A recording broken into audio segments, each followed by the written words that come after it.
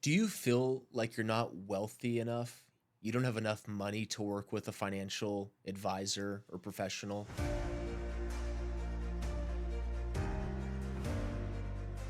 I believe a lot of people out there, your everyday family, your middle class family, they don't necessarily feel like they have resources in their corner when it comes to their financial planning.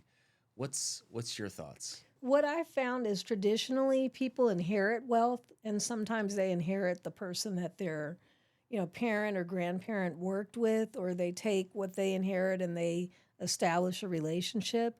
But in most cases, it can be a little bit hard to get your foot in the door unless you have a specific amount of money. And what happens is that limits the amount of information the average everyday person has available to them. And I think you and I are trying to change that Yeah. in an effort to just educate everyone and give them choices and basically spread the word. But I think most people feel like I don't work with anyone, so I don't know what I don't know. And in my case, you have to have a certain amount to even get your foot in the door to work with an advisor. So let's take a example. You've got a husband and wife, 50 years old. They're making a couple $100,000 a year as a couple. They've built out a chunk of change in their 401ks and they've got a couple $100,000 in a brokerage account. And they walk into Charles Schwab, Merrill Lynch, Wells Fargo.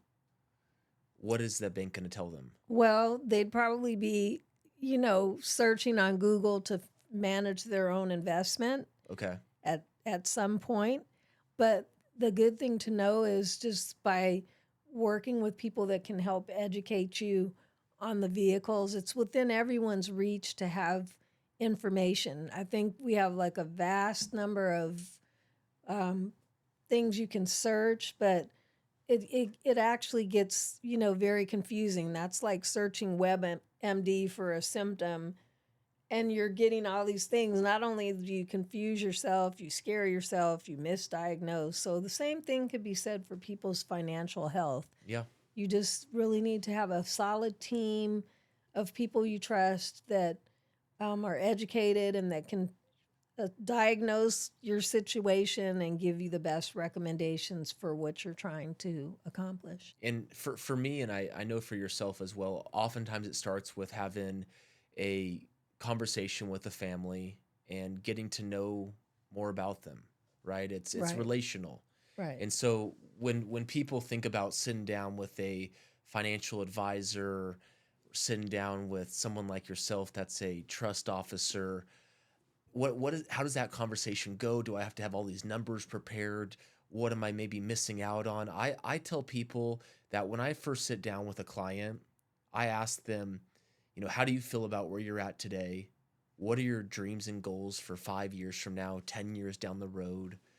Walk me through how much you care about your family. What do your kids mean to you? What does legacy look like in your eyes? And for Right? me, I do the same exact thing, only it's, what are your concerns right now? What do you want to have happen in 5, 10 years when you're older? Where do you want to have your assets end up? And if there are like family issues or concerns, then that might lead to like, assets that remain in trust even beyond a client passing away. The good thing to share is just that even if someone is their own trustee now, I meet with a lot of clients that name the bank for when they do pass away, or if in a situation I just had, someone who fell and now they're in assisted living, they can't manage their financial affairs. So we're stepping in right now to take over, their bill pay. So it just gives them peace of mind. So there's just so many things they can do to plan now, and it just gives them peace of mind Yeah. in the future. And it all starts with having conversations with Mm-hmm. professionals. And I want you viewers out there that are tuning in to know that it starts with sitting down with Melanie, myself, and letting us ask you questions about what you do care about, right? Maybe what keeps you up at night. And numbers become a piece of that plan, and understanding what assets you have, and getting into actual specifics.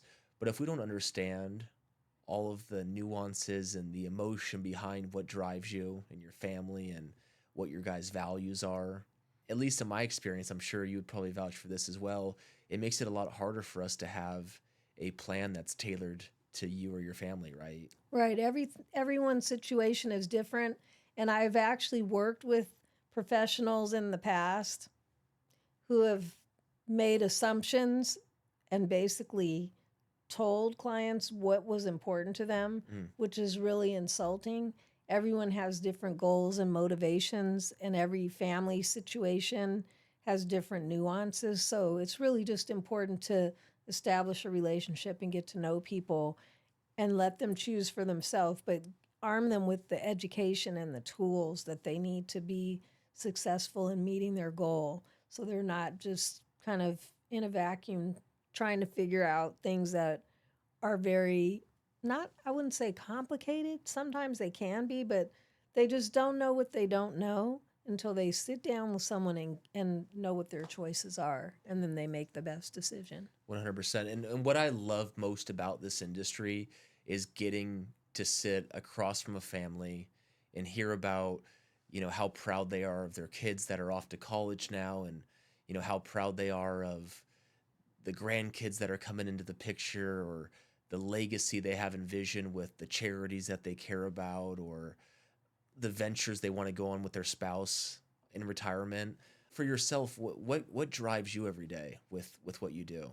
Well, I've been doing it for a long time. I just have a love of people and sharing knowledge, and just I'm a people person, so I really just enjoy, similar to you, which is why we work so well together. I really enjoy getting to know people, their story, their history, what their concerns are, and it becomes more of a relationship versus like a transactional um, situation, and it puts people at ease that if they have a question, they can call you, or at some point in the future when they need you to step in, whether it's now or later, they know that we're here. And so I see a lot of people on a regular basis, even though we won't step in for quite some time. But like my client today, that I met with that fell, and now she's in assisted living. We just met like a few years ago. Now she's at a point at 90 years old. She needs us to step in and be there for her, but we met her years ago. So Yeah. she and her kids, they know who we are. So it just starts with that one simple thing, which is to reach out and ask the question. And you're there for the long run with this Mm-hmm. family. You said it's been years. Mm-hmm. And so if you're someone out there right now that's got questions around your finances, and you feel like you're limited on the resources that you've got, reach out to myself, connect with Melanie. We'd love to be in your corner. We're a team. We bring in other professionals, and we want to be another value add that you can count on to get the answers, the resources, and all the information you need for you and your family. And Melanie, it's always great having you on. This has been super exciting. If our audience wants to get in touch with you, what's the best way? I'll definitely share my information and you can display it, and I'm really happy to help. Awesome. Thank you guys for listening to us today. If you found today's content interesting, give us a like, subscribe for more content like this, or leave a comment in the section below. We'd love to hear from you guys. Thanks again for tuning in.